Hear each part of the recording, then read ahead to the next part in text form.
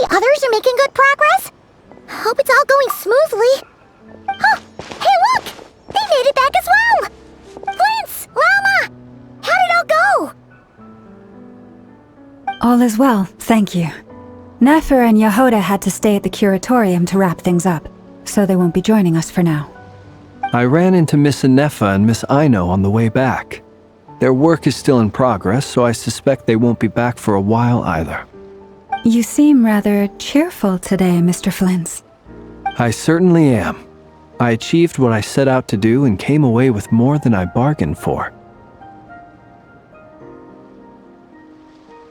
Fighting alone can get quite tedious, but I had the good fortune to run into a pair of brave young warriors. We meet again.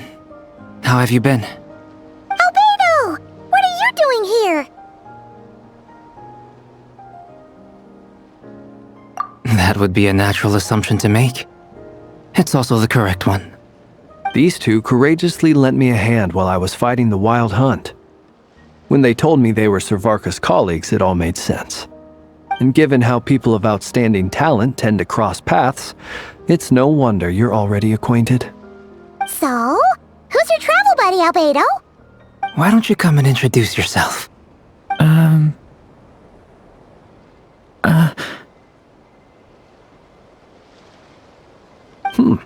A gentleman of few words, I see. And a rather stern countenance. I presumed you were acquainted with him. Is that not the case? It's nice to meet you. Again. We've technically met before. Wait a sec! You're Minnie Durin! That's right. It's me. I'm glad to see you again. By the way, he says it's okay if you drop the mini. Yeah, I'm not as mini as I used to be. Interesting, isn't it? The first step towards blending into human society appears to be reflecting on whether one's name really reflects who they are. Wow! You look so different! In a good way, of course. It's great to see you looking so healthy. Thank you, Paimon. And although you're as mini as ever, I understand that diminutives don't always convey endearment. I'll be sure to simply call you Paimon as a sign of my great respect for you. Wow! You're such a smooth talker now. Paimon could get used to this. From now on, you may refer to her as your esteemed guide, Paimon. Personally, I think our little Paimon is the perfect size. When people call her Little Paimon, it's just because she's so adorable that they can't help themselves. If that's not a sign of endearment, what is? You're absolutely right, Miss Lauma. My brother still has a long road ahead of him when it comes to understanding human relationships. Anyway, speaking of long journeys, didn't Columbina, leave with you? How come she isn't back yet? She's been catching up with old friends. Wouldn't be surprised if she stopped for a cup of tea or 10 on the way back. Uh-oh. People are talking about me. Hope it's nothing negative.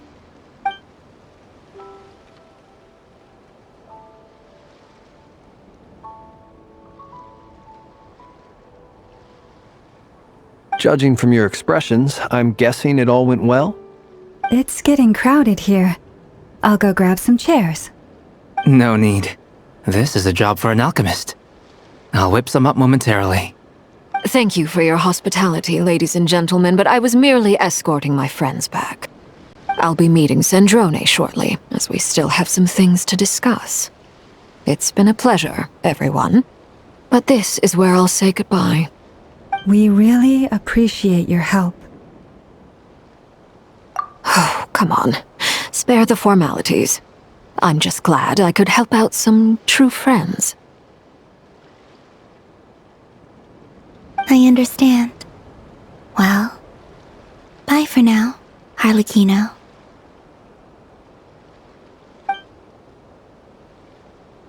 Oh, this place is hopping. It's probably a good thing one of us left.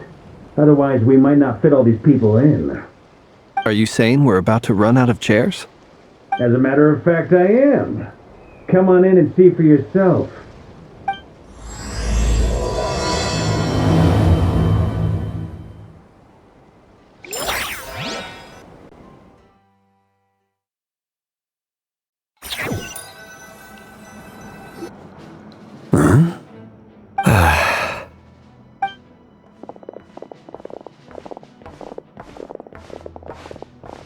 I overheard your little chit-chat outside, by the way.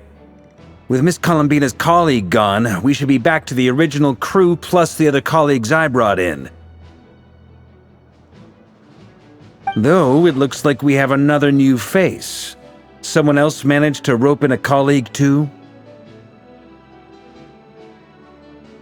Frankly, you and Paimon are the only people I know here.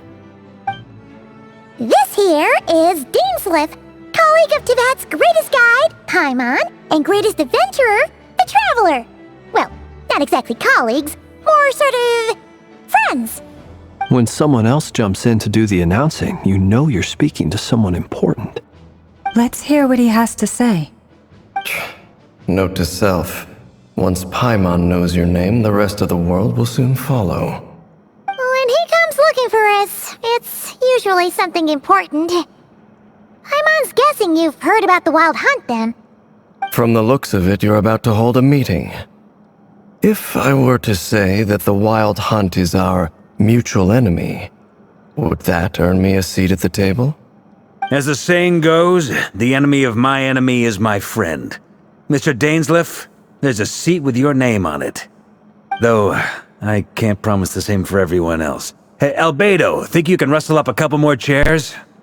After all this time apart, Grandmaster Varka's first order is to rustle up a couple more chairs.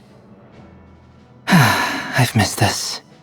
Is he being sarcastic? Hey, he's your brother.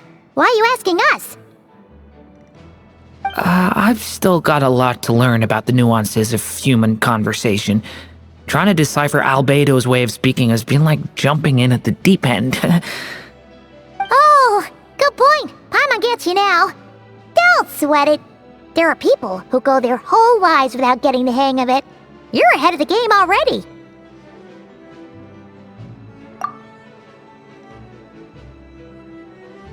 I wonder what's taking Nefer so long. Perhaps you should go and check in with her. If anyone can hurry her along, it's you. I just got back from the curatorium. Besides, aren't you curious to see what's taking her so long? Miss Nefer doesn't strike me as the type to share secrets. And since gathering intel is her specialty, I'm guessing she'd prefer to keep her methods confidential. Under such circumstances, would it not be tactless for me to impose? Oh, but it's fine for me to impose. What can I say? You have an unrivaled ability to garner people's affection, Miss Moonchanter. Besides, you have far more in common with her than I do. All right then. Impressive. She barely fought back at all. I admire your powers of persuasion, my friend. As I'm sure Miss Lauma will realize soon enough, the trick in life is to always pitch in with other people's responsibilities so that you can be selective with your own. Another trick is to simply hide in the background. Spoken like a true sage. Anyway, looks like we've got some time to kill before the meeting. Let's take a little breather, folks. And feel free to chat amongst yourselves. We'll get down to business once the other two arrive.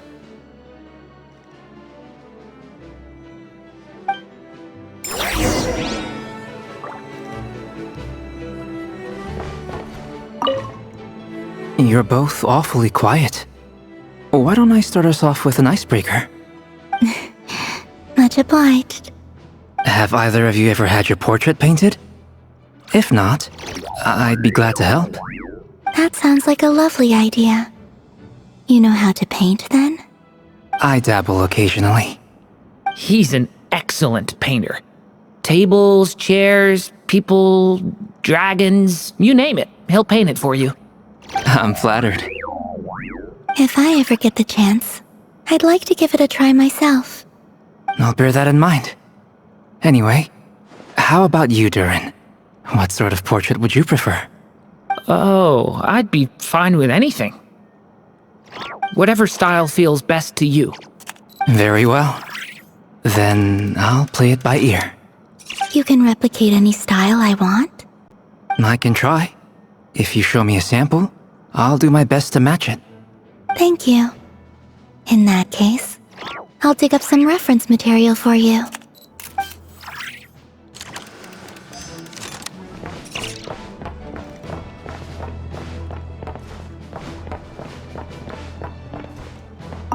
Truth be told, I can't remember the last time I was in a meeting with so many people. You're not alone there, my friend. The Lightkeepers also struggle to bring everyone together for a serious discussion. I don't doubt that. I've only ever met two Ratniki, one being you, and the other being that young guy, Eatlua. Eatlua is a good apple, I'll give him that. He's kind, honest, and regularly delivers supplies to my lighthouse. A true Ratnik to the core. In that sense, he puts me to shame. So you're what? A fake Ratnik? That's what it sounds like you're saying. But I get the feeling that's not quite what you meant.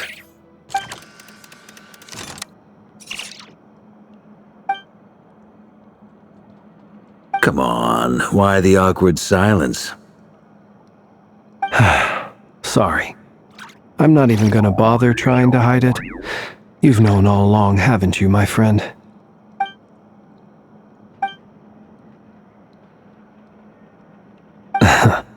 Now that was an awkward silence. Let's just keep this between ourselves. Probably best if Eatlua doesn't know, huh? That goes without saying. Gotta be careful what you share with youngsters, after all. Anyone else in the know? Let me guess. The Traveler and Paimon? It's dangerous being too sharp for one's own good, you know. Then, in the name of the Animo Archon Barbados himself, I swear, your secret's safe with me. When we went for drinks, you said that you and Barbados were practically best buds. In the light of that claim, do you really expect me to take your oath seriously? Of course. Just as long as you don't go spreading around the fact that I'm close with Barbados, all right? Fair enough, then. Nothing like a bit of mutual leverage to seal the bonds of friendship.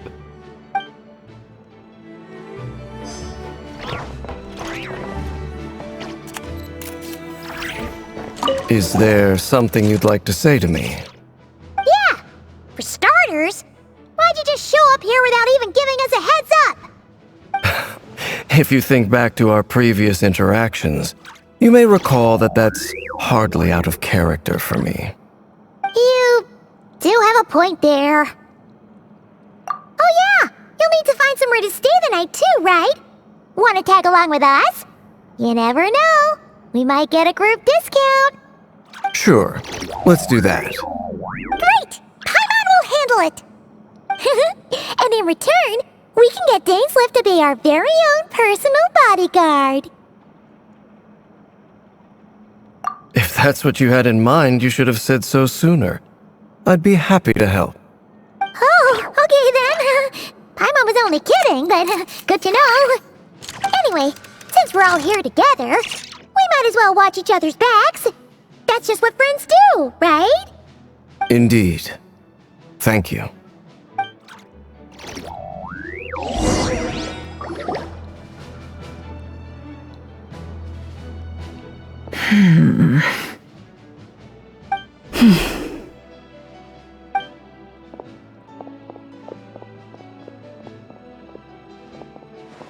Ah, Miss Nefer. You made it after all. But what about Yehoda? I'm here to give you an update on how things are going on our end. Once this is over, I'll be heading straight back to continue my work. I left Yehoda back at the curatorium to watch over things while I'm gone. Huh. So much for just this once.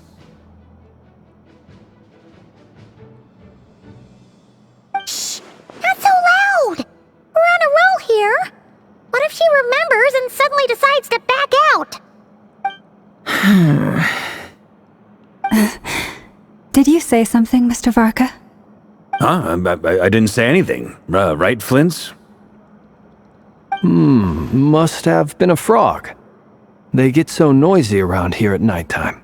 It's like they're putting on a concert in the background. Anyway, before we begin, there's a few introductions to make.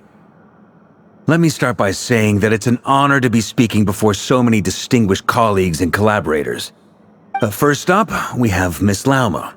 As Moon Chanter, she's the leader of the Frost Moon Scions, a local religious community in Nod-Krai. Then there's Miss Nefer, boss of the Curatorium of Secrets, an intel gatherer extraordinaire. Nefer is leading the investigation into Rerer's background, assisted by Yehoda and Lauma. From the little I've heard, they're making some great progress. Over here, we have Mr. Flintz, a ratnik and guardian of the abandoned lighthouse. In our last operation, he courageously distracted the Wild Hunt to buy time for the rest of us. For those of you who've never met, this is Mr. Albedo, a renowned alchemist and captain of the Knights of Favonius investigation team. By his side is a new face for us all, myself included, Mr. Durin, who has come to lend his aid. Next up, we have the Moon Maiden and former Fatui Harbinger, Miss Columbina. Then we have the Traveler, who's earned more titles than I could possibly hope to list out, so I'll spare you the rundown. And Paimon, the ultimate travel companion and quite possibly the best guide in all of Tevat. Wow! That's a lot of people! Great turnout! Miss Nefer, it looks like you might have another job coming your way, so, congratulations on the booming business, I guess. You think I haven't got enough on my hands as it is? Who's looking for me now? That would be me, Miss Nefer. I have a commission for you. And you are? Who I am doesn't matter right now. What does matter is that I'd like you to gather more intelligence about the Recher of Solnari. Well, it's not as if we never take on anonymous commissions, but in your case, I'll have to decline. I'm gonna take a wild guess and say your job's probably more hassle than it's worth.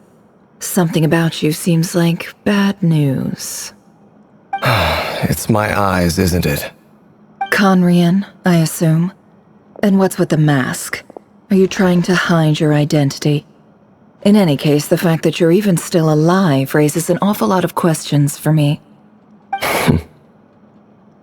My name is Dainsleif. And yes, I am from Conria. As I'm sure you're aware, the Recher of Solnari's real name is Rerir. He was once an acquaintance of mine. Really? Then you must have been quite an influential figure yourself. You flatter me, but none of that matters anymore.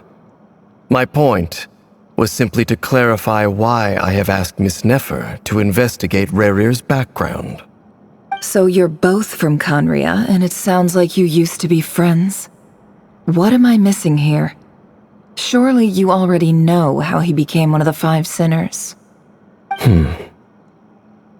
I'll tell you everything I know. The history of Conria, the names and identities of the Five Sinners. I remember it all like it was yesterday.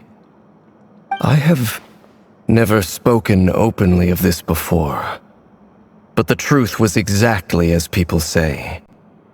The Five Sinners were each driven by their own desires, and it was by playing upon these that the Abyss tempted them to their fall, tearing Conria apart in the process.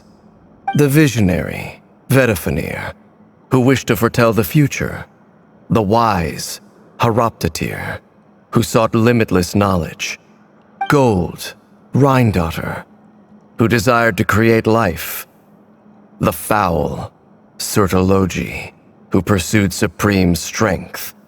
And last, but not least, Recher of Solnari, Rerir, Ravager of the Moon. Of the five, Rerir is the only one who remains a mystery to me. He never harbored grand ambitions, so what changed in the space of a single night? How did he come to fall like the others? In other words, you're saying that his change came as a shock to you, and you have no idea what actually happened? That's right. You mentioned how the Abyss tempted them, which led to their fall. But what did that look like in practice? And what other context can you give me about the events of that time? The more detail you can give me, the better. Strangely, now that it comes to it, I hardly know where to begin. The fateful night took place during the era of the Eclipse Dynasty. One day, my elder brother, the visionary, Vedifenir, was summoned to the palace by the Vinster King, only for the king to gouge out his eyes and cast him into the dungeons. When I came to hear of this, my fury knew no bounds. I gathered together every ally I thought I had, and together, we set a night to storm the palace and free Ved.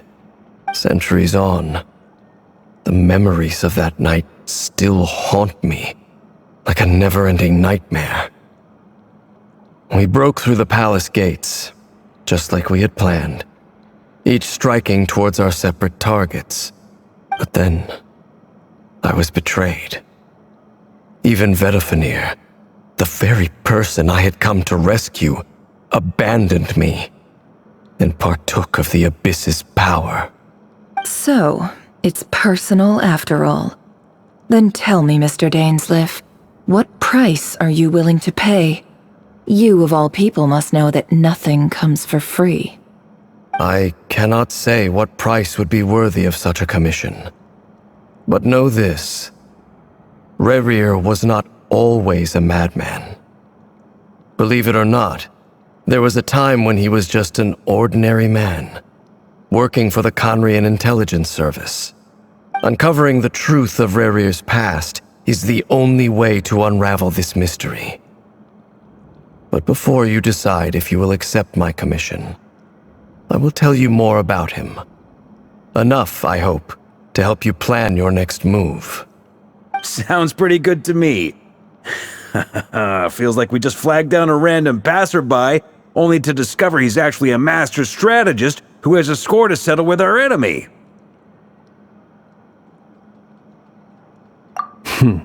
Can I borrow your halo? It could be useful in the lighthouse. Hey, enough with the wisecracks! Besides, isn't that lamp of yours bright enough already? Relax. It was meant to be a compliment. If that was a little over the top for your liking, I'll make sure to tone it down next time. I'll give your proposal some serious thought, Mr. Dainsleif. Let's speak in private once the meeting is over. Before that, there's a few things I'd like to share.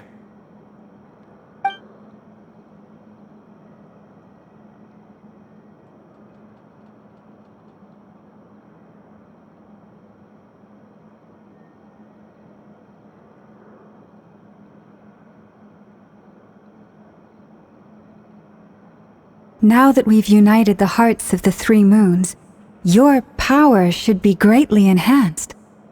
But it seems like that hasn't happened yet. I believe it will take a little longer. You've done so much for me, so I want to be completely honest with you all.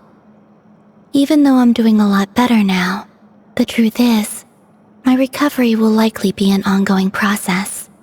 From the moment I was born, my power has been slowly ebbing away. And that is because Tevat has never accepted me. Even with the moons united as one, it seems my rejection cannot be undone. So far, I have yet to find a solution. It may turn out to be a problem that will plague me until the day I finally leave this place behind. Even so, I will do everything in my power to help you drive out the Reihir of Solnari. As Arlecchino put it, this is not about chasing the spoils of victory. It's just a gesture of heartfelt gratitude. Kutar.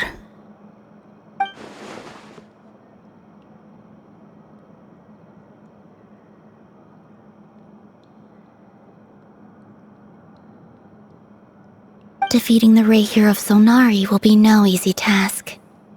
While my strength slowly recovers, we'll also need to gather more intel. Naturally. We should take all the help we can get if we hope to defeat him. We've considered several viable plans now, but our choice hinges on the answers to a few key questions. Is it even possible to kill Rerir? What experiences shaped the person or monster he became? And what's he really after? Given Albedo's expertise in alchemy, I think we should leave him to try and answer the first of these questions. Understood. As for the other two, I'm afraid we'll have to count on you again, Miss Nefer. Believe me when I say it's not my wish to burden you. But right now, relying on your skills is our only option. So you're placing all your hopes on me, huh? We can't thank you enough for agreeing to help us. Honestly, I can hardly believe how lucky we are. You sure have a talent for changing your tune, Miss Moonchanter. Timid like Yehoda one moment, then flinches insincere flattery the next. Ladies, please. I must object to your portrayal of me. That's all. Feel free to keep bickering. Just pretend I'm not here. I almost don't want to leave this room. I'm curious to see how this plays out. I have faith in you, Miss Nefer.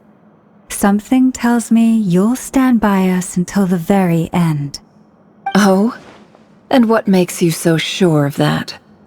What if I suddenly decide that my compensation is insufficient? This isn't about the money. I can sense that you've got a deep-seated distaste for Rerir. And knowing you, that alone is motive enough. Look at them getting along so well. Like two peas in a pod. And I'm the one they accuse of insincere flattery. There is no justice.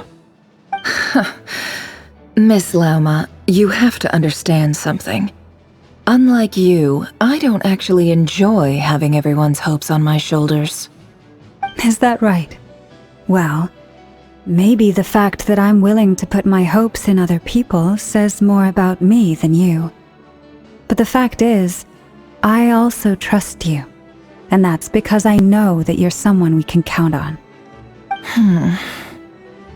Anyway, we've got our plan, so let's get moving. Mr. Dainsleif, let's talk. And Traveler, once we're finished, if you've nothing else planned, I'd like you to come with me. This whole experience is teaching me a lot.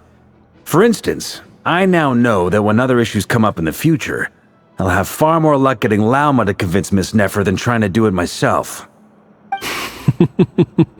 Hate to say it, friend, but that's one of the funniest things I've heard in a while. Why? You think I've got it wrong? Quite the opposite. But what makes it so hilarious is how long it's taken you to realize.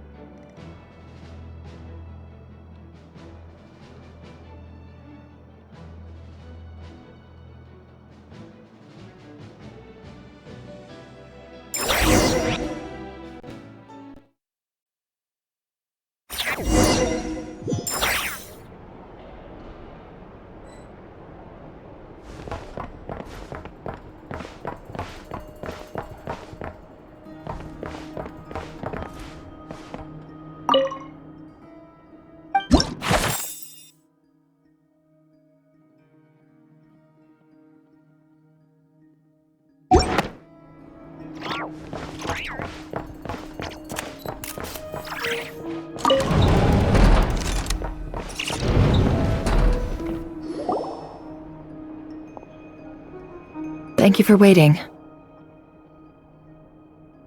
It's okay. We actually used the time to help Dainsleif get a room at the hotel. That's very considerate of you. Now, I trust you share my curiosity about Rerir's past, and you seem fairly familiar with Mr. Dainsleif already. We spoke at some length after the meeting. He was the one who suggested I should invite you to join this operation. He feels confident that these secrets will be safe with you. Dane has a lot of faith in us, that's for sure. Likewise. I appreciate that you got right on board without interrogating me about why I invited you. It shows that you trust me to explain everything in due course. That's because we know what you're capable of. We appreciate you too, Nefer. You might have been forced to help in the beginning, but this time, it was your choice. That's one way to put it. Another is this, that once a decision's been made, it's set in stone. After that, my only goal is to see it through. Alright, so here's how it is. I'm going to access Rarir's thoughts again using my confidential method.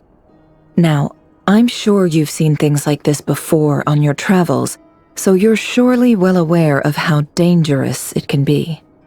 The reason I've gathered you all here is to ensure my safety during the proceedings. I plan for us to enter the fragment of his consciousness together, and once inside, I will focus on searching for information. Think of this as a diving expedition into someone's brain. If I'm the diver, you are my safety equipment, tasked with keeping me alive while I'm under the surface. Once the ceremony begins, we will all be spying on privileged information.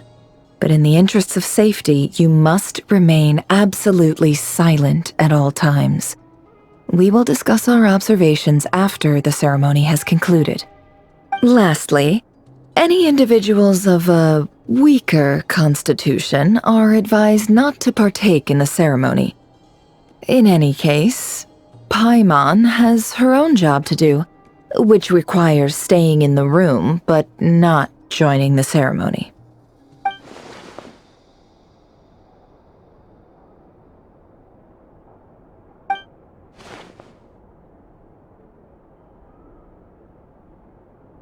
Well, good luck, everyone! Sounds like all Paimon can do is cross her fingers and root for you guys. There's a little more to it than that. I was being serious when I said you have a job to do. While the rest of us are inside Rarir's mind, it's imperative that we have a team member on the outside. In the event that something goes wrong, you will be our first responder. I don't anticipate any issues, but the extra level of safety will be greatly appreciated. I second that. This is a dangerous operation here, and you're our whole rescue team. That's pretty much the most important job in the crew. So, Paimon's like the lifeguard? Yeah, that makes sense. Alright, got it. Good. Please, take a seat. We'll get started momentarily.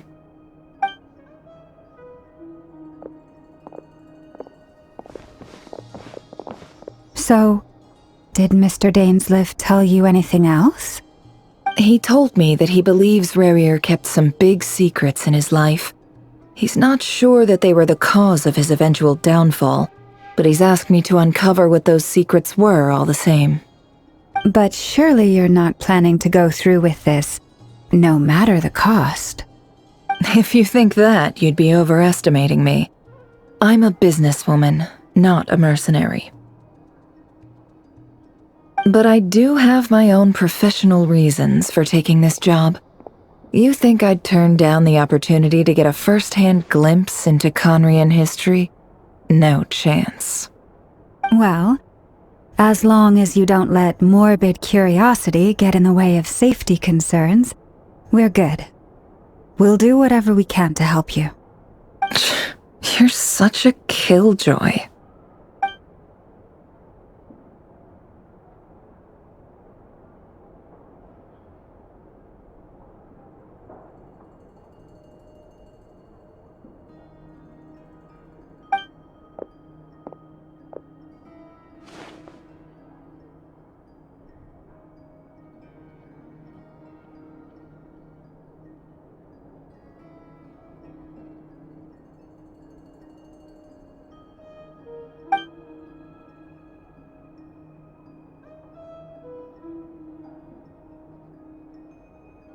All right, I'm good to go. All set over here too. Promise, Paimon, you'll be extra careful. All right. Let your whole body relax. We're about to begin. Close your eyes.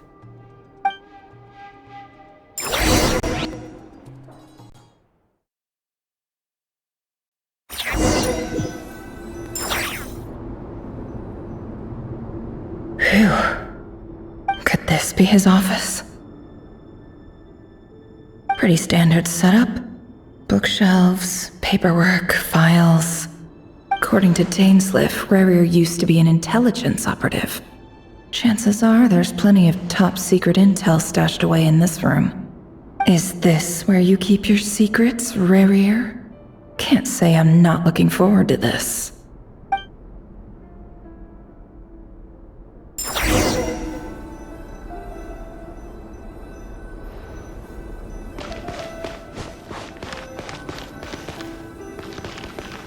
He looks even gloomier than last time. I wonder what's changed.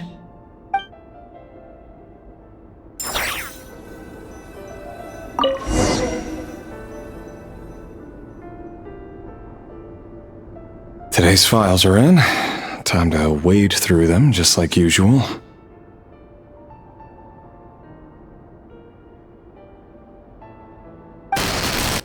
Male, 51. Occupation, cook. Confirmed Crimson Moon descendant. Has maintained frequent contact with other descendants over the past year. Poses a threat to the dynasty.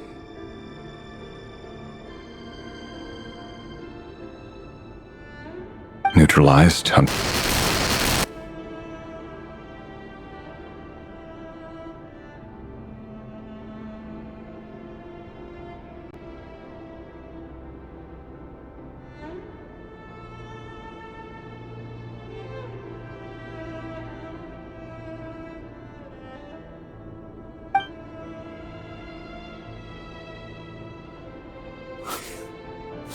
This one should be archived under purged targets.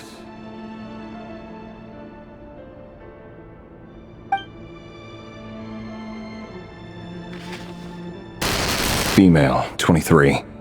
Occupation, office clerk. Confirmed Crimson Moon descendant. Has maintained frequent contact with other descendants over the past year. Poses a threat to the dynasty. Neutralized.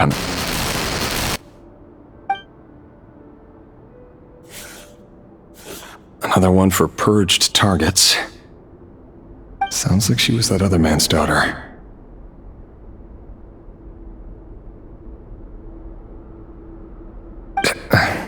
Never mind. What's it got to do with me?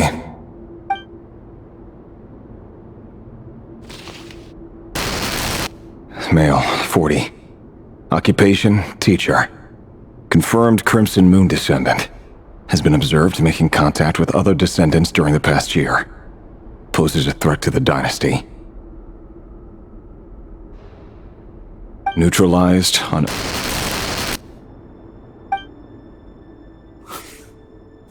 Just another nobody for the archive. Come to think of it, I remember surveilling this man. A case like his never would have been considered a priority in the past. Huh. He barely even interacted with other Crimson Moon descendants.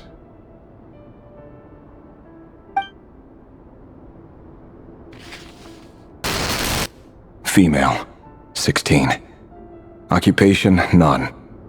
Orphan and confirmed Crimson Moon descendant. Has been observed making contact with other descendants during the past year. Poses a threat to the dynasty. Neutralized on...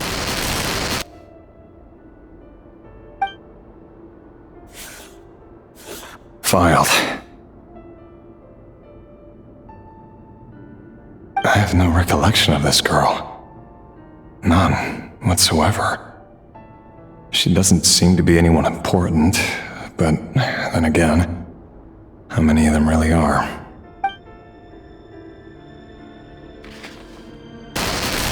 Female, 13. Occupation, none. Orphan and confirmed Crimson Moon descendant. Has been observed making contact with other descendants during the past year.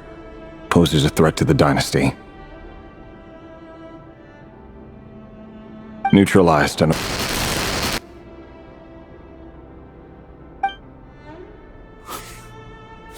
Filed.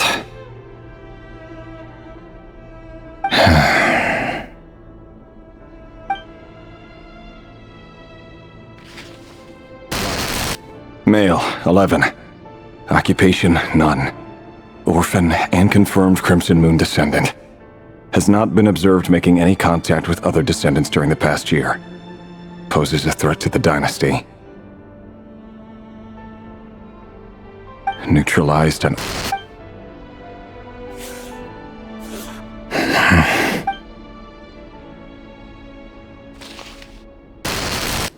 Male. 6. Occupation, none. Orphan and confirmed Crimson Moon descendant. Poses a threat to the dynasty.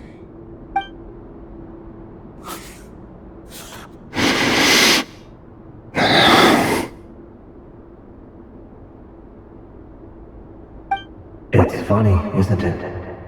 Your job is becoming both harder and easier at the same time, depending on how you look at it. Sooner or later, the Crimson Moon descendants will be completely wiped out. But as their numbers dwindle, they become harder and harder to track down.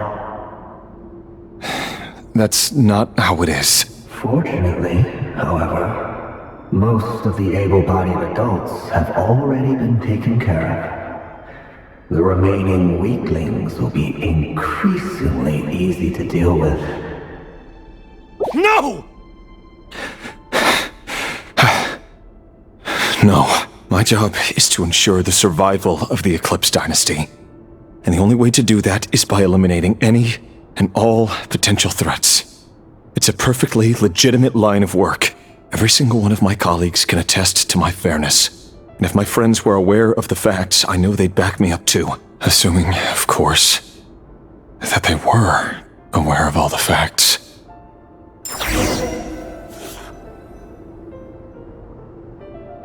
He looks even gloomier than last time.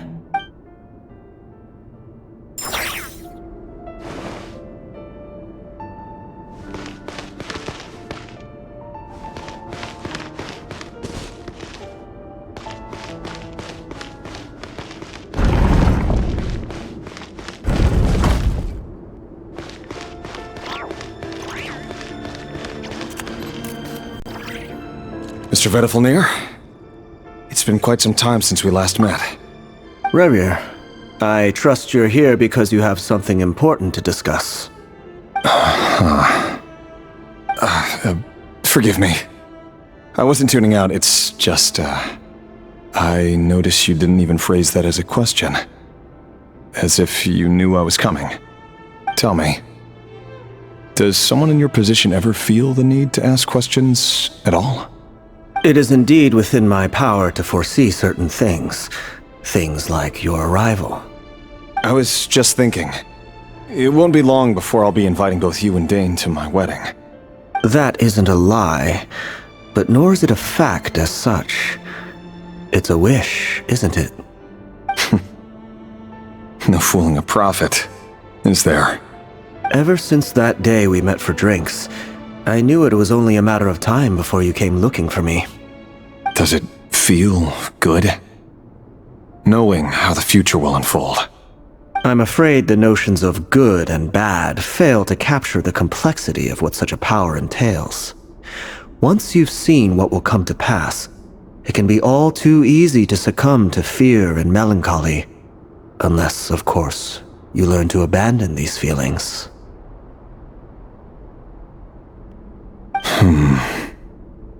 You fear my silence, and long to hear the words I left unspoken that day. That's right. You must have noticed my reluctance to broach the subject, and the reason is simple. Because the truth could never have lived up to your hopes. For both our sakes, such words are better left unsaid. The burden of prophecy was never meant for your shoulders. So who exactly do you deem worthy to hear your prophecies? None but our exalted king? Or rather, our king as he once was. You're closer to his majesty than I am. You must know better than anyone how much he's changed. You say that as though it is to my benefit. Yet precisely because of that, I dare not speak rashly. A king can turn out to be the most virtuous of rulers, or a tyrant more terrible than the most vicious of dragons. You are so wise and far-sighted, yet still you would have me live in fear of the unknown? You make a fair point. Especially given my silence alone was all it took to send you spiraling downwards. Very well then. Let me offer you some advice. And I say this not as a prophet or a visionary, but simply as the brother of your friend. For many reasons, there is very little chance of your marriage ending in happiness. If happiness is what you seek, you should find another fiancé.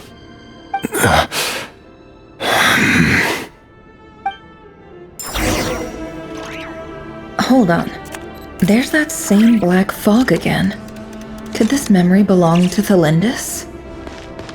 Guess I better tread carefully.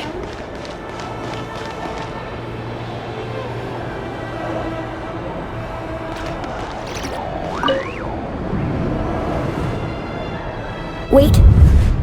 Hear me out. This time we finally got a clear look at his face and learned his true identity. His name is Rayrir, and he claims to be one of the king's guards. What did you say?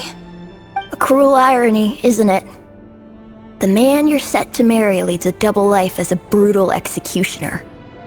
Why are you telling me all of this now? Simple. It's because I want you to kill him. You are the only person he would never suspect. No, absolutely not. I would never dream of doing such a despicable thing. So you'll just stand by and watch him slaughter us to the last? Do not forget that the blood of the Crimson Moon flows in your veins too. The blood of the Crimson Moon? What does that matter now? The dynasty has long been dead and gone. You think that alone is reason enough for me to throw away everything I have? Why wouldn't it be? You two were once a child of the Crimson Moon, just like me. Don't tell me you've never felt so much as a flicker of fury for the way we were trampled into the dust. As long as you promise to abandon this pipe dream of restoring your dynasty, I can try to persuade him. Or have him persuade the Vinster King. Persuade the Vinster King? Do you even know why he's so obsessed with hunting us down? Why he keeps trying to force us to hand over our secrets over and over again? Or why we refuse to give up on restoring the dynasty? The Vinster King. A blind fool. His eyes clouded by powers from beyond this world. A petty little man with a miser's heart. And he dares to sit upon the throne? Mark my words. Sooner or later, Conria will fall. And it will be his doing. If you can't bring yourself to do it, so be it. Just you watch. It won't be long before calamity descends upon us all. The Rayrir of Solnari. That really is quite a secret you've been keeping from me, Rayrir.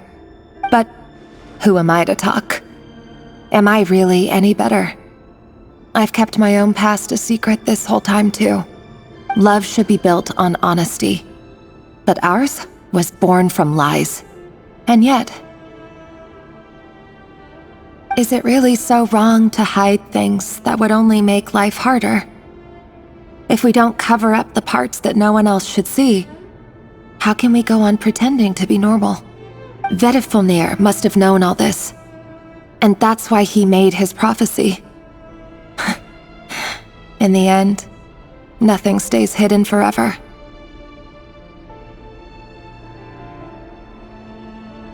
But I won't just sit by and watch this disaster unfold. I'll do everything in my power to protect what I cannot afford to lose, no matter who I have to face.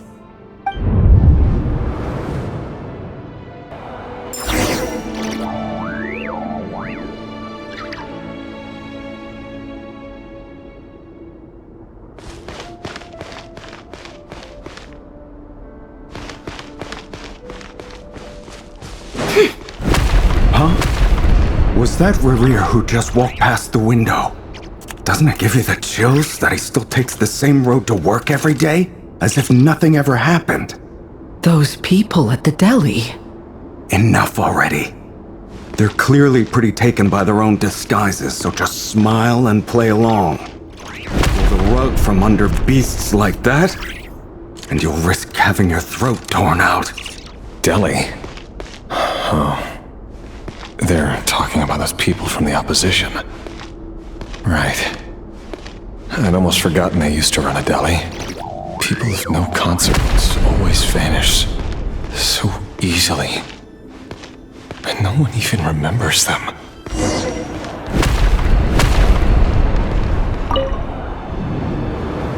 But surely you can see he's not the man he pretends to be!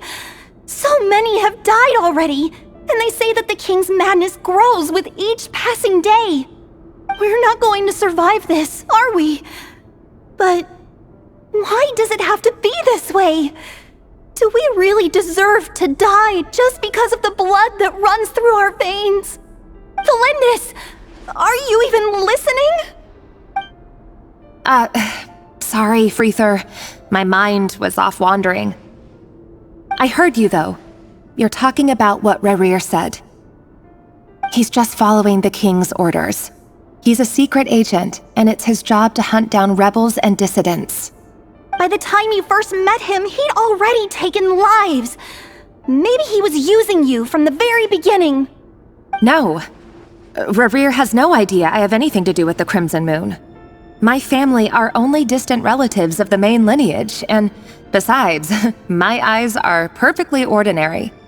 Truth be told, apart from my teacher, pretty much no one knows I have any connection to any of it.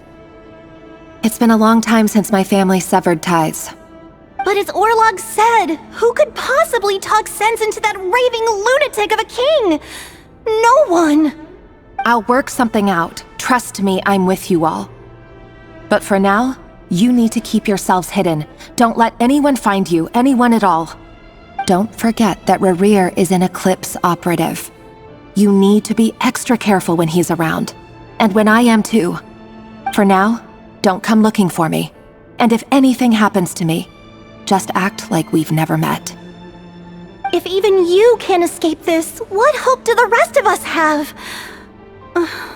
But after all this time together, surely he wouldn't lay a hand on you. I won't speak in his defense, nor can I give you a clear answer to that question. But I'll do everything I can to put an end to this. Here, hold on to this.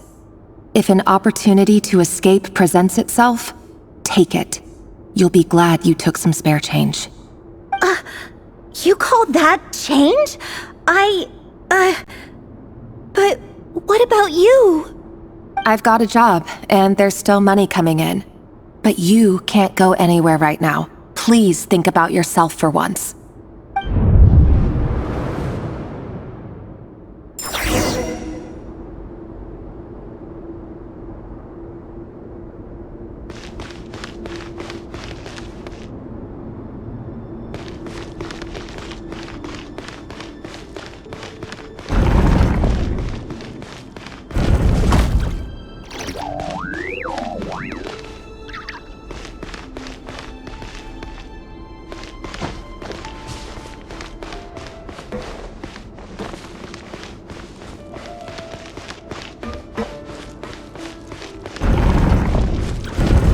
Another day, another round of assassination training. The training ground is just beyond this hidden passageway. When you kill a person, doesn't it bother you when you end up covered in their blood? Why would it? Aren't we all just walking blood bags? But not everyone is accustomed to hunting down others like prey. You've been a hunter for so long now, you seem to have forgotten that most people don't just go around killing one another. Leave me alone.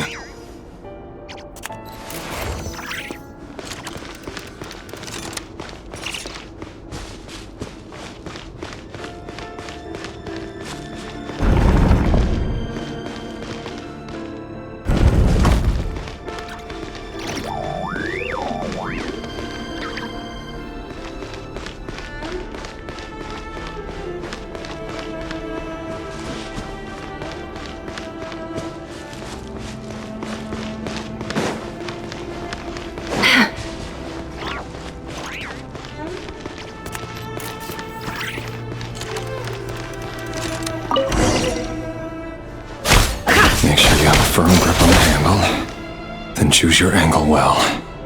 Keep your movements light and brisk, and the prey won't sense a thing. Doubt that. Now that mother never died a quiet death at your hand. I work clean. No traces.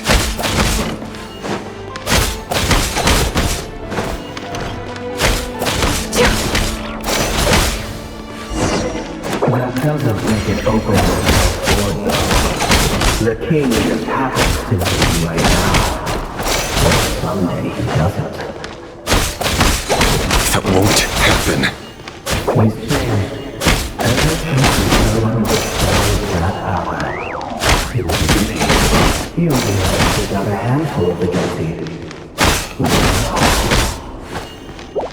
The ones I've dealt with have always been guilty. And I carried out my work flawlessly.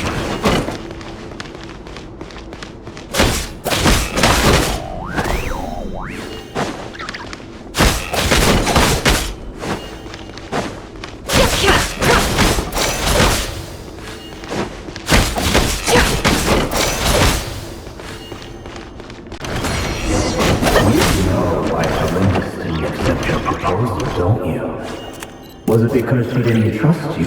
Or something else? Enough!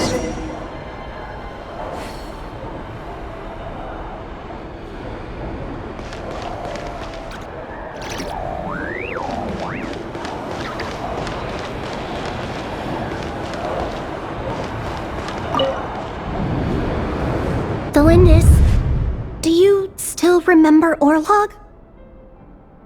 Orlog. The boy who was pretending to sell flowers. You spoke for quite a while, didn't you? Yes, we did. What about him? He was arrested 2 days ago. Chances are he's already dead. He... I just don't get it! After everything he's done, why do you still stand by him? Or does it mean nothing to you that people keep dying? No, that's not... Just hear me out. I need to go now, Delindis. They're looking for us. You take care too. If you ever need a place to hide, come find us.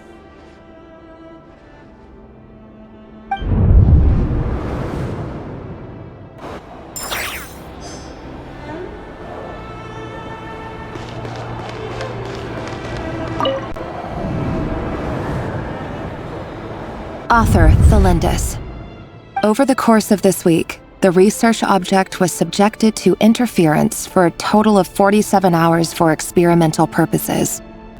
The results are as follows. All subjects of observation that were sent inside have now... The situation within is proving more problematic than anticipated. No progress whatsoever. What now? Won't you give me even a glimmer of hope? Things are getting worse by the day. I have to find a way or we'll all be in danger.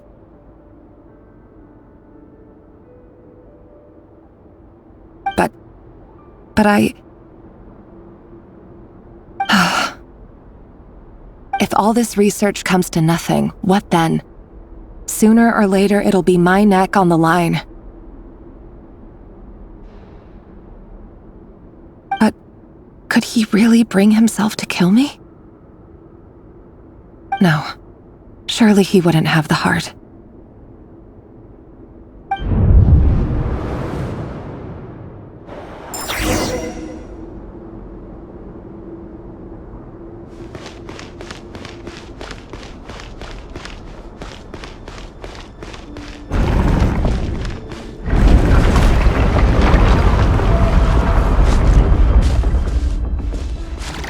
Why won't you just let us go? We don't even know each other. All we want is to live ordinary, peaceful lives. You want to live?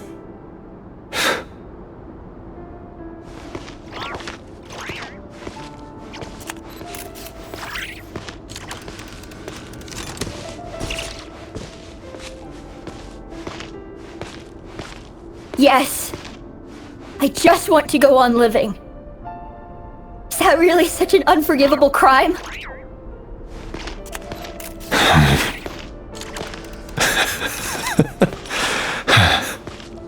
You want to go on living. I want to keep living too. To keep living forever. That's why I have no choice but to continue on the path I'm on.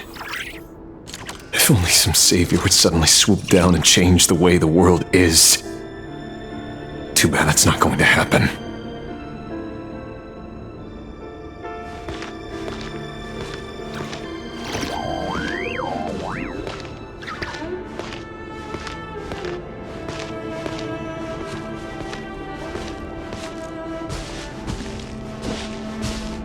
Imagine that.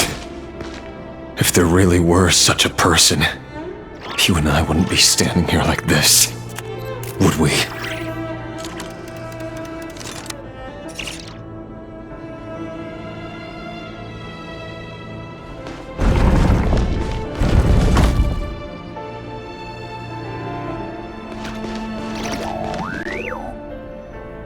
Today's files are in. Time to wade through them just like usual. No, I don't get tired of it. It's my job. And not only am I lucky to have it, I'm good at it too.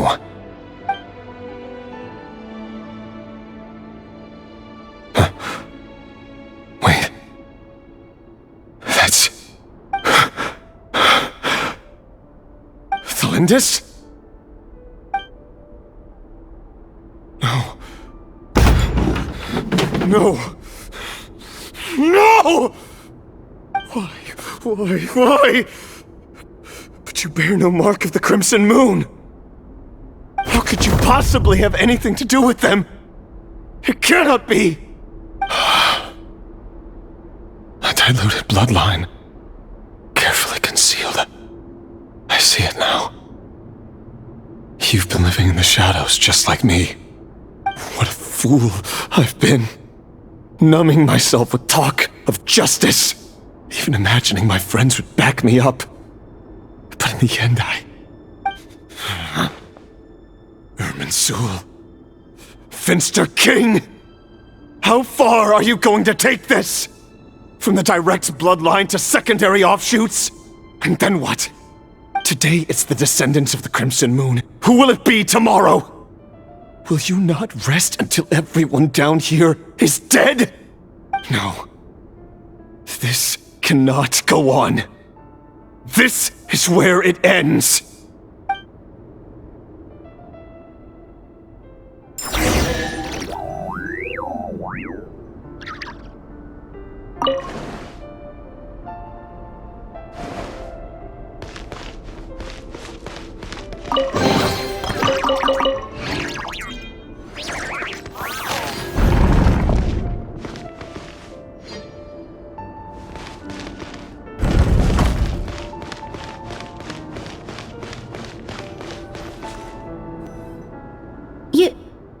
You're really letting me go?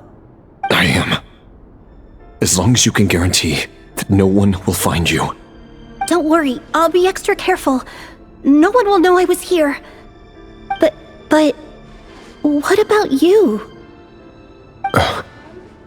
Me? If you let me go, you won't be able to complete your mission, will you?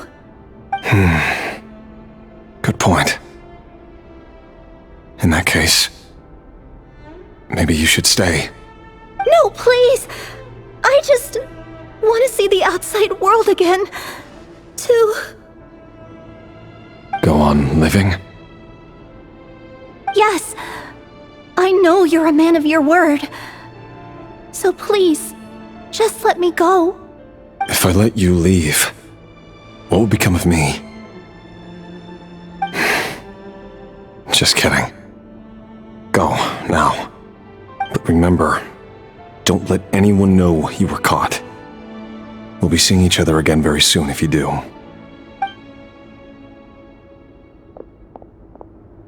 Even shadows in the dark must live by a code. But you can't save everyone. You've been whispering in my ear for days now, Vedifilnir. What are you trying to do? break me down? I only say this because you long for an answer to your problems. Let her go, Rerir, or you risk losing everything. I will not abandon Thelindis. Then you'll need a little more vigilance and a lot more power. The world is changing, Rerir. Keep your eyes peeled for your moment of opportunity. That voice used to be so unclear. But now I know exactly whose it is. It's Vedalfnir. He won't tell me how to actually resolve any of this, but he keeps trying to manipulate me like a puppet. What's his game here? Tell me then. What will this moment of opportunity look like? And no answer. He's like a ghost. Always disturbing me when I'm on edge, but never answering when I need him most. So, the Eclipse Dynasty was purging, well, massacring the descendants of the Crimson Moon. And it seems like it was all connected to the Vinster King's research. The King's obsession with abyssal power left the future of Khaenri'ah hanging in the balance. No wonder every aspect of Rerir's life was so unstable. And it looks like this Thelindis, Rerir's would-be fiancée, herself belonged to a sub-branch of the Crimson Moon Dynasty's descendants. It almost defies belief that a couple like them could hide the truth from each other for so long. If the Vinster King hadn't intervened in such a drastic way, they might have gone on deceiving each other for the rest of their lives. And why does Vedalfnir, Daneslif's older brother, keep talking in Rerir's head? This guy kept more secrets than I ever imagined. The human mind is like a vast desert of shifting sands. When you follow the flow of someone's memories, you only ever see the parts they're willing to let surface. Time for something a bit more creative. We've been inside Rerir's mind this whole time, building up a picture of his psyche. There's already enough clues on the board to start reading between the lines and mapping out the rest. Now, we can finally begin to put the pieces together. Sure, it'll only be a reconstruction, part simulation, part reasoning, but it's usually pretty accurate. Once we've built up a cognitive profile, we just need to cross-check the logic behind his actions. And then we'll be able to take a sneak peek at whatever it is that Rerir has really been hiding.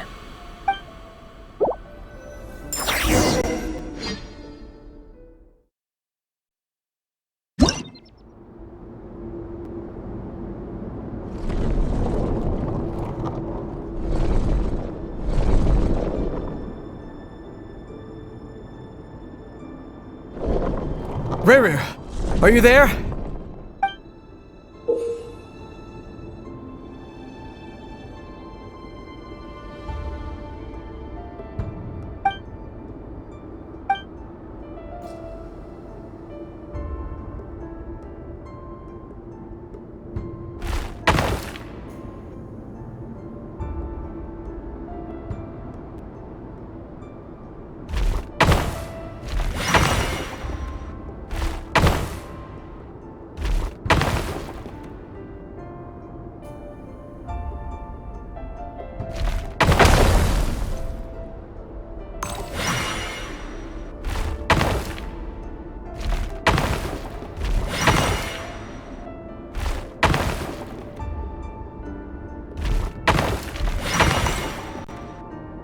Hey, Rerir! Come out, it's urgent! Dane? What's wrong? Quick, come with me. I'll explain everything once we've met up with the others. Okay. I'll come. But the Thelindis is still over at the Universitas. I'll need to leave her a note. All right then, but make it quick. I've never seen Dane so worked up before. Whatever this is, it must be big trouble.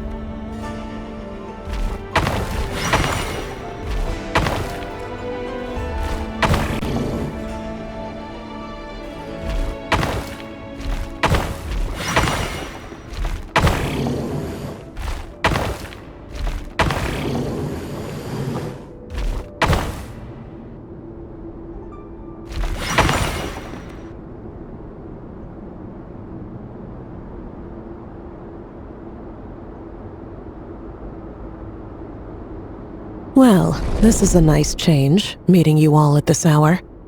When men and women of ambition can speak face to face in broad daylight, I say that's a big step forward for our dear Conria. Don't be ridiculous. We do not fear the day. Why would we seek refuge in the night? You might ask your blade that same question. I'm told it prefers the cover of darkness. The word on the street is that Sir Elegy only strikes when he has an unfair advantage. But that is patently false. I see you're missing an arm and a leg. Surely only a fair fight could explain that. If this is your way of offering me replacement limbs, believe me, I'll take them. Oh, we can certainly discuss that. With bioalchemy, anything is possible. Assuming I have your full support in my research. Lunatic. Robtatir, what brings you here? Why, Dainsleif, of course. He invited me. Please, cast aside your apprehensions, Miss Rhine-daughter. Whatever the rumors may say, I am but a humble servant of the king, and I can assure you he affords me no greater convenience than he does you. Well, the Universitas Magistrorum won't stop fawning over you, so at least some of the rumors must be true. You're clearly doing well for yourself, so drop the humble servant act. It endears you to no one. You're president of the Universitas Magistrorum, the chief royal mage known as the Wise by royal appointment, and by far the most favored among the 4 pillars of Conria. Vice President Veit doesn't even try to hide his envy when he sees you. My success is the product of hard work and good luck. It's as simple as that. Were the king not such an extremist, I hardly think I would have received a senior post at my age. Of course, no job is without its gripes. Serving a king like ours can be a challenging task, as I'm sure you can imagine. And as for Efterveit, in missing out on the presidency, he's dodged a mountain of stress. Like everything else in life, it comes with pros and cons. You're all here. I apologize for the short notice, but it was an emergency.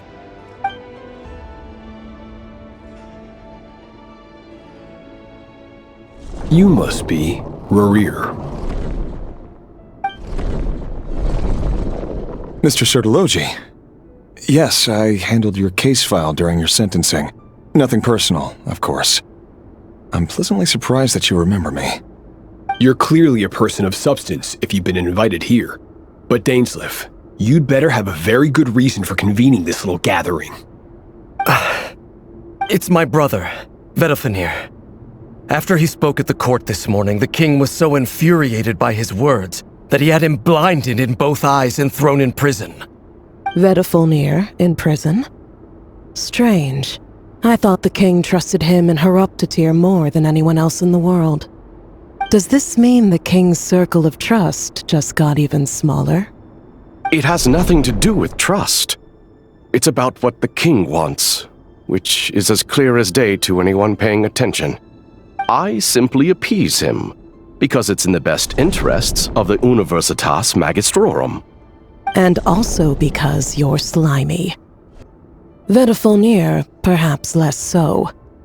But still, a visionless visionary? It rather inclines me to think that qualifications are not what get you ahead in Conria. Do you honestly think this is an important discussion to be having right now? Dane, what are you planning to do? Rescue Vedalfenir, I assume. Correct. It will mean storming the palace by force. Tonight. I need all of you on my side. That's far too dangerous. And don't forget, Dainsleif, you're captain of the Royal Guard. You swore an oath to the throne. You've been planning this for a while, haven't you? I have no desire to commit treason. But whatever critique the king may have of Vedalfenir, disfiguring your most loyal subject for putting the best interests of his court and nation first, this is not the conduct of a wise ruler. My blade will force the king to see the error of his ways. So, Vedalfenir's prophecy enraged the king. sure it wasn't what he wanted to hear, but if he won't take counsel even from the visionary, that is deeply troubling news. The extent of His Majesty's madness is now all too clear. The question is, how does a man like me get out of this situation unscathed? You have noble ambitions, Dane, but I'm afraid they don't do much for a guy like me. I'm not interested in saving the world. All I want is a letter of pardon. A letter of pardon? For whom? Thelindis? The chances of the Vinster King issuing a pardon for anyone connected to the Crimson Moon seem vanishingly slim.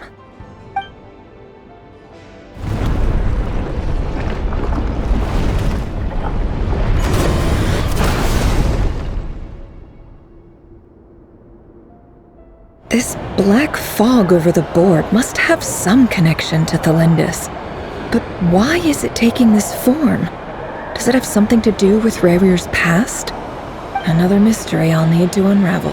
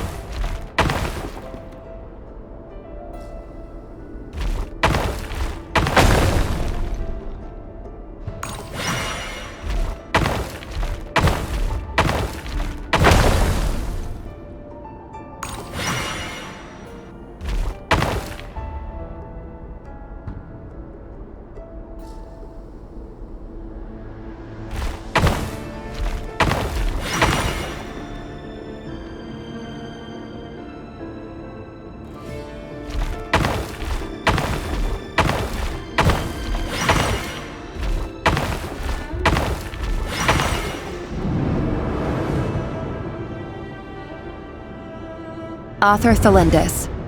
Over the course of this week, the research object was subjected to interference for a total of 60 hours for experimental purposes. The results are as follows. Research dating back to the Crimson Moon Dynasty has established 2 points regarding moon marrow. Firstly, its origins have something to do with a god's power. Secondly, it serves as a portal to an as-yet indeterminate location. Moon marrow can thus be defined as a spatial gateway. However, there are a number of hurdles to overcome before we can answer the question of where it leads to. To start with, opening the gateway requires a specific power source, which the relevant literature indicates. An enormous amount of power is then required to keep the gate open. Currently, the total power output of our instruments remains in the single digits. To make matters worse, I am now the only staff member remaining in the Moon Marrow lab. The Universitas Magistrorum recently decided to move most of its personnel into abyssal energy research, which has stymied all Crimson Moon-related projects. This is not a wise move. I have always maintained that placing all our hopes in a single source of power is risky, especially one as poorly understood as this. As well as making ourselves overly reliant on a single resource, we are neglecting other promising technologies. I apologize if this comes across as disrespectful. But as a Moon Marrow researcher, I desperately want to see the world beyond the gateway. If we really made it there one day, what would we find? And how would we go about taming the unknown? My imagination is endlessly fueled by questions such as these.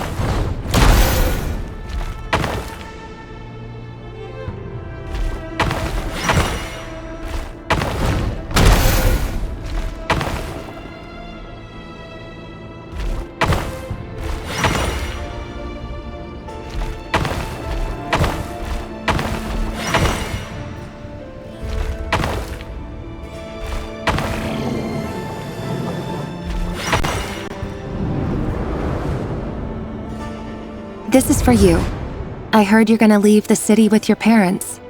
The Lindis, did you hear about what happened?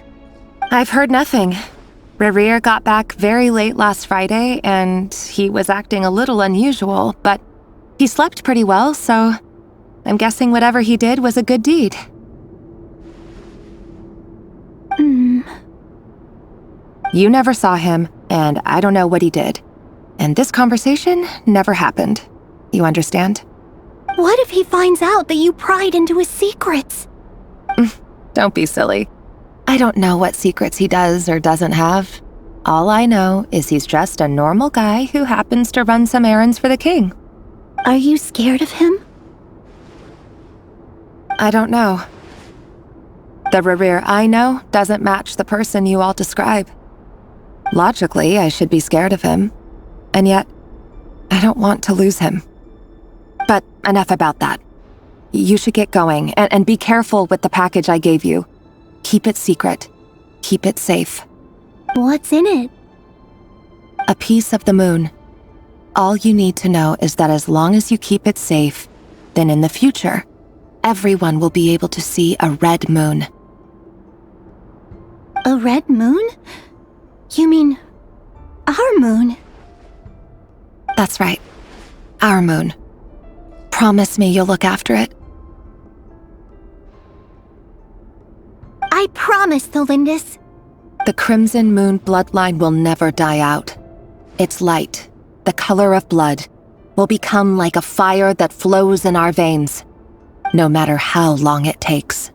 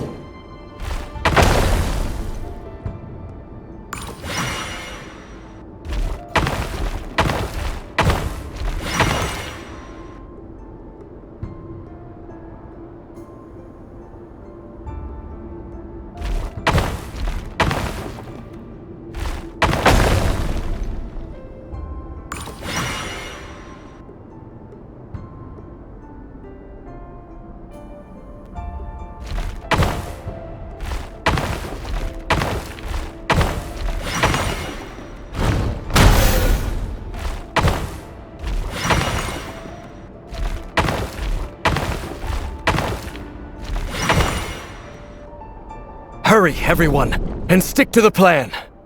Sir Dainsleif, what are you? Is this treason? You know what happens to those who betray the throne. Please, don't do this!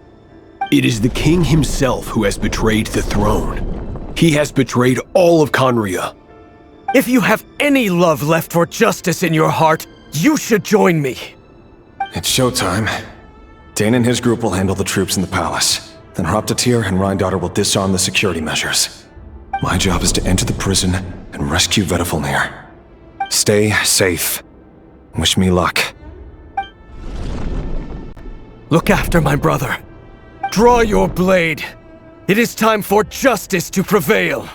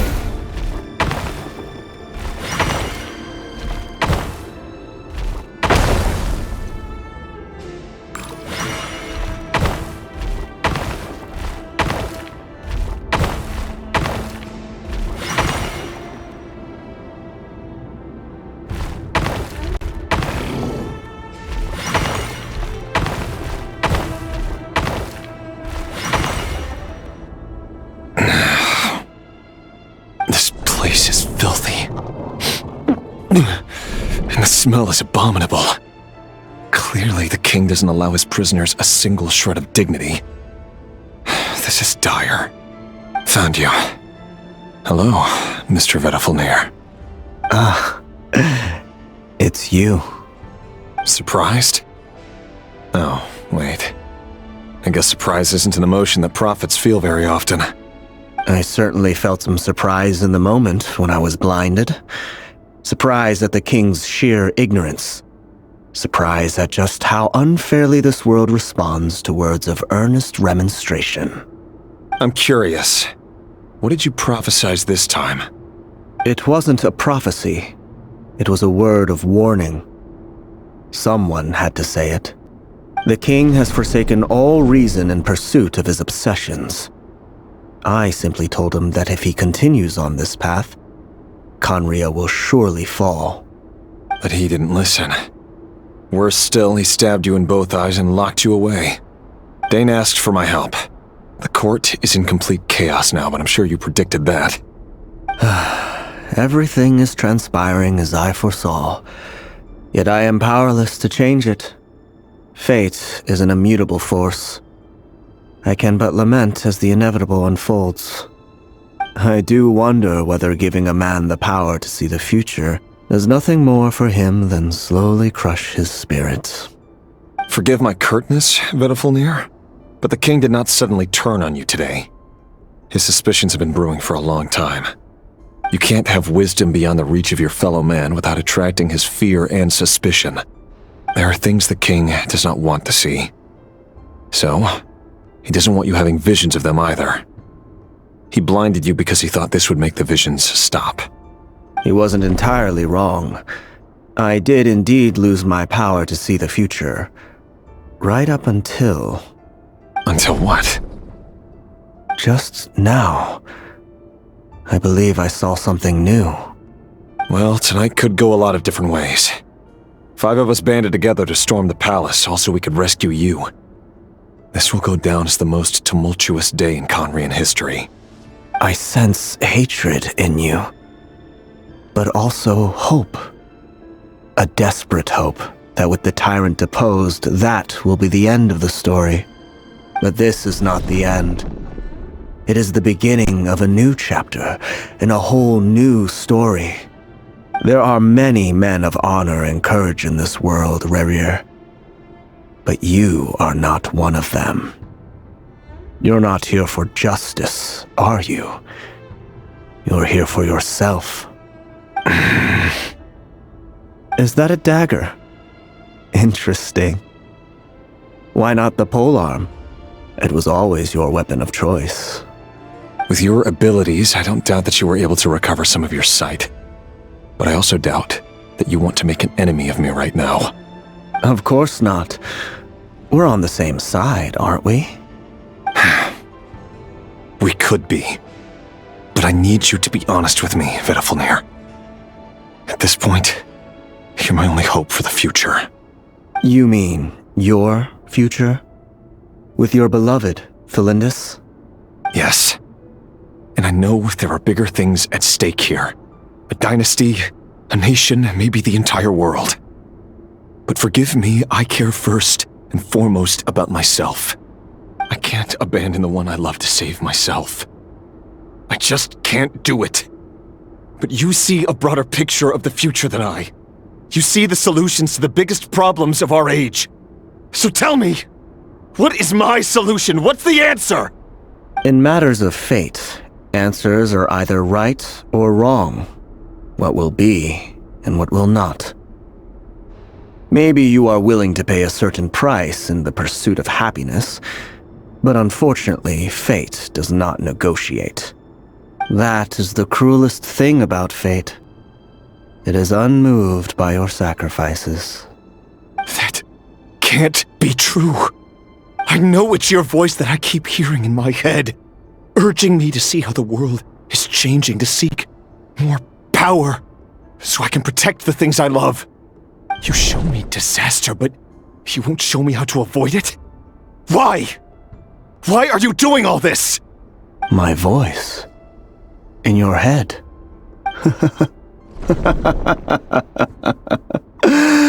So, you hear it too? The voice that steals your mind, gains your trust, and drives you crazy. It turns out that we are not so different, you and I. Vedifulnir just broke into the strangest smile I've ever seen in my life, as if he'd discovered some monumental secret. But then he suddenly switched to looking extremely weary. Very well then. My advice to you is as follows. You must persevere. Whatever trials and tribulations you may face, be steadfast in the belief that they are your path to the future. For as long as you live, your story with Felindis shall not come to an end. That is the only chance you have of fighting back against fate. It is up to you whether you believe my words. Regardless, That is all I will say on the matter. I have no right to intervene any further. I will hold you to your word. Thank you for setting me free. In return, I will tell you one more thing that you cannot afford to ignore. Just then, a strange wave of energy rippled through the city. We had no idea what it could mean. If I were you, I would head to the Universitas Magistrorum. The Universitas? Oh no! I'm sure we'll be seeing each other again very soon, Rerir. Whatever Vedifalnir said, I didn't catch it. I didn't even help him out of the prison. There was no time to lose.